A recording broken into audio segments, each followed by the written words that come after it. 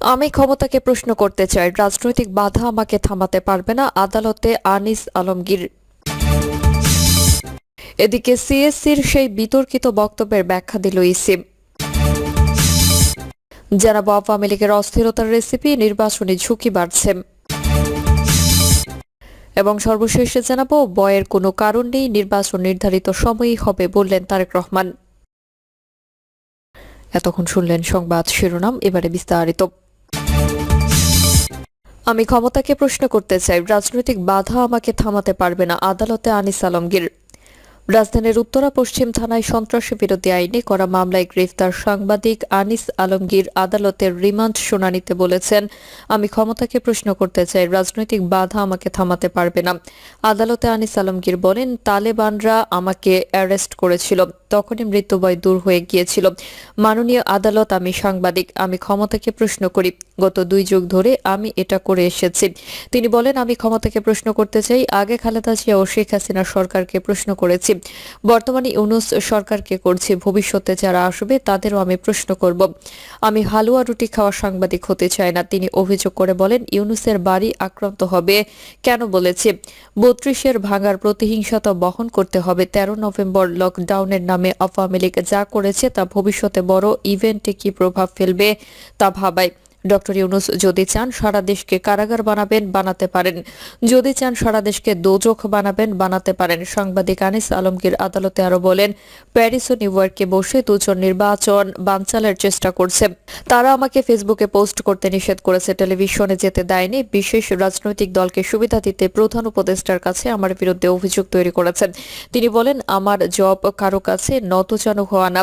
আমাকে যারা নির্দিষ্ট দলের গোলাম বানাতে চাই, এটি তাদের সমস্যা। এদিন শুনানি শেষে ঢাকার অতিরিক্ত চিফ মেট্রোপলিটন ম্যাজিস্ট্রেট জসিতা ইসলামের আদালত সাংবাদিক আনিস আলমগীরের 5 দিনের রিমান্ড মঞ্জুর করেন। এর আগে মামলার তদন্ত কর্মকর্তা উত্তরা পশ্চিম থানার পুলিশ পরিদর্শক মোহাম্মদ মনিরুজ্জামান আনিস আলমগীরকে জিজ্ঞাসাবাদের জন্য 7 দিনের রিমান্ড চেয়ে আবেদন করেন। গতকাল রোববার সন্ধ্যার পর আনিস আলমগীরকে রাজধানীর মিন্টু রুটে ডিবি কার্যালয়ে আনা হয়। সোমবার বিকেলে ডিবি প্রধান শফিকুল ইসলাম জানান, সাংবাদিক আনিস আলমগীরকে সন্ত্রাস বিরোধী আইনের একটি মামলায় গ্রেফতার করা হয়েছে। সিএসসির সেই বিতর্কিত বক্তব্যের ব্যাখ্যা দিল ইসি।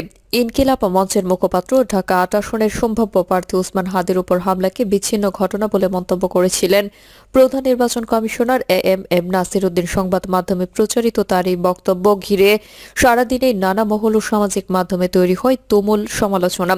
অবশেষে বিষয়টি নিয়ে ব্যাখ্যা দিয়েছে নির্বাচন কমিশন। এতে বলা হয়, আজ 15 ডিসেম্বর সকালে প্রধান নির্বাচন কমিশনার এএম নাসির উদ্দিন রাজধানীতে এক অনুষ্ঠান শেষে শরীফ ওসমান হাদির গুলিবিদ্ধ হওয়ার বিষয়ে সাংবাদিকদের প্রশ্নের জবাবে প্রদত্ত বক্তব্যের একটি অংশকে উদ্ধৃত করে বিভিন্ন গণমাধ্যম ও সোশ্যাল মিডিয়ায় প্রচারিত তথ্যের বিষয়টি নির্বাচন কমিশনের দৃষ্টিগোচর হয়েছে।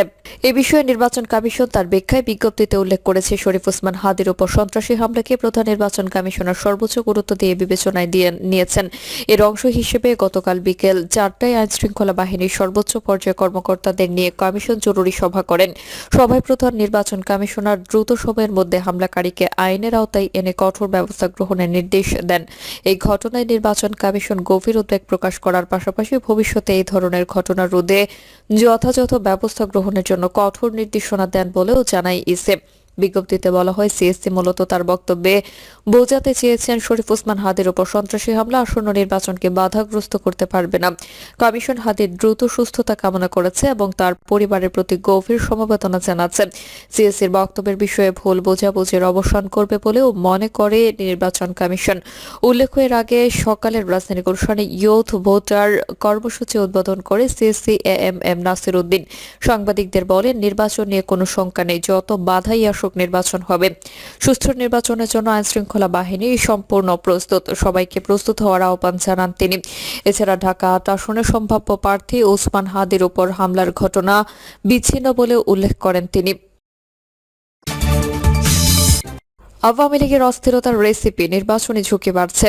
হাসিনার সমর্থকরা, বিশেষ করে তারা আওয়ামী লীগ নেতাকর্মীরা তার মৃত্যুদণ্ডের পর তীব্র ক্ষোভ প্রকাশ করেন। হাসিনার ছেলে এবং প্রধান উপদেষ্টা সজীব ওয়াজেদ জয় পূর্বে বলেছিলেন যে ফেব্রুয়ারি নির্বাচনের জন্য যদি তার মায়ের দলের উপর থেকে নিষেধাজ্ঞা প্রত্যাহার না করা হয় তবে আওয়ামী লীগ সমর্থকরা রাস্তায় নেমে নির্বাচন বন্ধ করে দেবে।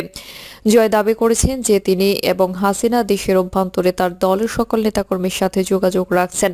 তিনি ব্যাপক বিক্ষোভ এবং সম্ভাব্য সংঘর্ষের বিষয়ে সতর্ক করেছেন।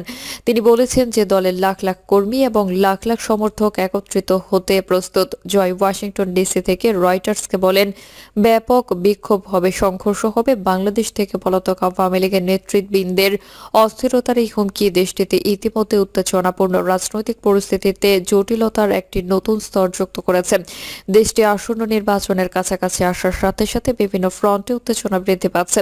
কেবল আওয়ামী লীগ এবং আইন প্রয়োগকারী সংস্থাগুলির মধ্যেই নয়, আওয়ামী লীগ এবং অন্যান্য রাজনৈতিক দলগুলির মধ্যেও সংঘর্ষের শঙ্কা রয়েছে, বিশেষ করে বিএনপি, জামাত এবং এনসিপির মধ্যেও। একই সাথে হাসিনার আওয়ামী লীগকে নির্বাচনে অংশগ্রহণ থেকে নিষিদ্ধ করার ফলে রাজনৈতিক শূন্যতা বিএনপি এবং জামাতের মধ্যে তীব্র সংঘাতের দিকে পরিচালিত করতে পারে এমন শঙ্কা করেছেন কেউ কেউ। যদিও এই দুটি দল অতীতে হাসিনার বিরোধিতায় প্রায়শই সাধারণ ভিত্তি খুঁজে পেয়েছিল, এই দলগুলি এখন ক্ষমতা এবং প্রভাবের জন্য প্রতিযোগিতা করছে। হাসিনা পরবর্তী পরিস্থিতিতে আধিপত্য বিস্তারের জন্য বিএনপি এবং জামাতের মধ্যে প্রতিদ্বন্দ্বিতার রাজনৈতিক অস্থিতিশীলতাকে আরও বাড়িয়ে তুলতে পারে। তাছাড়া বিএনপি এবং জামাতের অভ্যন্তরীণ বিভাজন অস্থিরতাকে আরও বাড়িয়ে তুলতে পারে।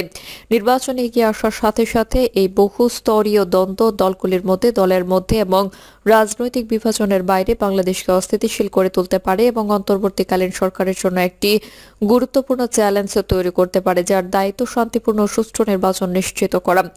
রাজনৈতিক বিভাজন আরও গভীর হচ্ছে এবং আওয়ামী লীগের সংঘাতে সতর্কবার্তা আরও অস্থিরতা তৈরি করেছে। তাই পরিস্থিতিকে আরও বিশৃঙ্খলার দিকে ঠেলে দেওয়ার জন্য অন্তর্বর্তীকালীন সরকারের আইন শৃঙ্খলা বজায় রাখার, প্রতিদ্বন্দ্বী দলগুলির মধ্যে মধ্যস্থতা করার এবং শান্তিপূর্ণ নির্বাচনী প্রক্রিয়া নিশ্চিত করার ক্ষমতা অত্যন্ত গুরুত্বপূর্ণ হবে। যদি এই উত্তেজনাগুলি সাবধানতার সাথে পরিচালিত না হয় তবে এগুলি কেবল নির্বাচন ব্যাহত করতে পারে না, বরং বাংলাদেশের দীর্ঘমেয়াদী স্থিতিশীলতার জন্য হুমকি স্বরূপ। আসন্ন নির্বাচনগুলি দেশের শৃঙ্খলা বজায় রাখার ক্ষমতা পরীক্ষা করবে। তবে আরও ইতিবাচকভাবে 2026 সালের ফেব্রুয়ারি নির্বাচন এবং রাষ্ট্রীয় সংস্কারের উপর গণভোট বাংলাদেশের রাজনৈতিক গতিপথে একটি গুরুত্বপূর্ণ সন্ধিক্ষণ হিসেবে চিহ্নিত। জাতির প্রতিষ্ঠানগুলিকে পুনর্গঠনের সুযোগ নিয়ে নির্বাচন কেবল একটি নতুন সরকার নির্বাচনের জন্য নয়, বরং দেশের রাজনৈতিক ও সামাজিক দৃশ্যপটের ভবিষ্যৎ দিক নির্দেশনা নির্ধারণের জন্য।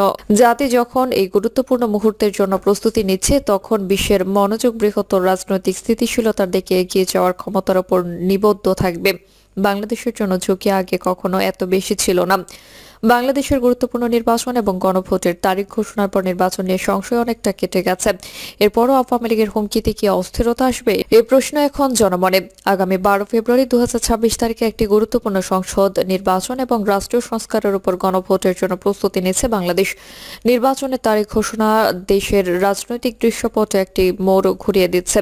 এই নির্বাচনগুলি 1.5 বছরের রূপান্তরমূলক ঘটনার পর অনুষ্ঠিত হবে, যার শুরু 2024 সালের গ্রীষ্মে ছাত্র নেতৃত্বাধীন এক বিশাল বিদ্রোহের মাধ্যমে, যা প্রাক্তন প্রধানমন্ত্রী শেখ হাসিনাকে ক্ষমতাচ্যুত করে ভারতের নির্বাসনে যেতে বাধ্য করেছিল। নোবেল বিজয়ী মোহাম্মদ ইউনূসের নেতৃত্বে একটি অন্তর্বর্তীকালীন সরকার গঠনের পর দেশ প্রতিনিধিত্বমূলক শাসন এবং রাষ্ট্রীয় সংস্কারের একটি নতুন যুগের দিকে এগিয়ে যাচ্ছে। নির্বাচনটি অত্যন্ত তাৎপর্যপূর্ণ। ভোটাররা কেবল নতুন আইন প্রণেতাদের নির্বাচন করাবেন না, বরং জুলাই সনদ নামে পরিচিত একটি প্রস্তাবিত সংস্কার প্যাকেজের উপর গণভোটে অংশগ্রহণ করবেন। 2024 সালের বিদ্রোহের প্রেক্ষাপটে তৈরি এই রাষ্ট্রীয় সংস্কার পরিকল্পনায় নির্বাহী ক্ষমতার হ্রাস, বিচার বিভাগের স্বাধীনতা জোরদার এবং নির্বাচন কমিশন এবং অন্যান্য গুরুত্বপূর্ণ রাষ্ট্রীয় প্রতিষ্ঠানের স্থায়িত্ব শাসন বৃদ্ধির লক্ষ্যে বিস্তৃত প্রস্তাবনা অন্তর্ভুক্ত রয়েছে। সংস্কারগুলির লক্ষ্য আইন প্রয়োগকারী সংস্থাগুলির অপব্যবহার রোধ করাও, যা পরবর্তীতে প্রশাসনের সময় বিতর্কের বিষয় ছিল। ধারণাটি হল বাংলাদেশের গণতন্ত্রকে জনগণের প্রতি আরও প্রক্রিয়াশীল এবং জবাবদিহি করতে ছাত্র নেতৃত্বাধীন বিদ্রোহের দাবি পূরণ করা। কিন্তু গণভোটের নিজেই কিছু বিতর্কের উৎস।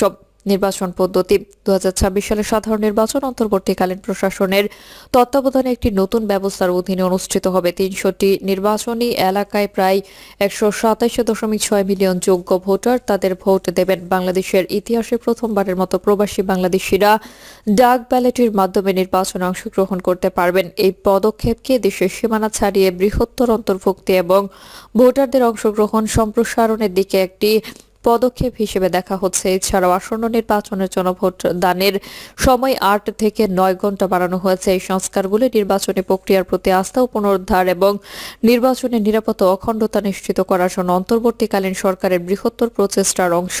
নির্বাচনের নিরাপত্তা আরও জোরদার করার জন্য নিয়মিত আইন প্রয়োগকারী সংস্থার পাশাপাশি সামরিক কর্মীদের মোতায়েন করা হবে এবং হাসিনার শাসনামলে তীব্র সমালোচনার মুখোমুখি হওয়া নির্বাচন কমিশনের প্রতি আস্থা পুনরুদ্ধারের জন্য উল্লেখযোগ্য প্রচেষ্টা করা হয়েছে। প্রিয় দর্শক, এই ছিল এখনকার সর্বশেষ সংবাদ। আপডেট সব সংবাদ পেতে চ্যানেলটি সাবস্ক্রাইব করে বেল আইকনটি ক্লিক করে রাখুন।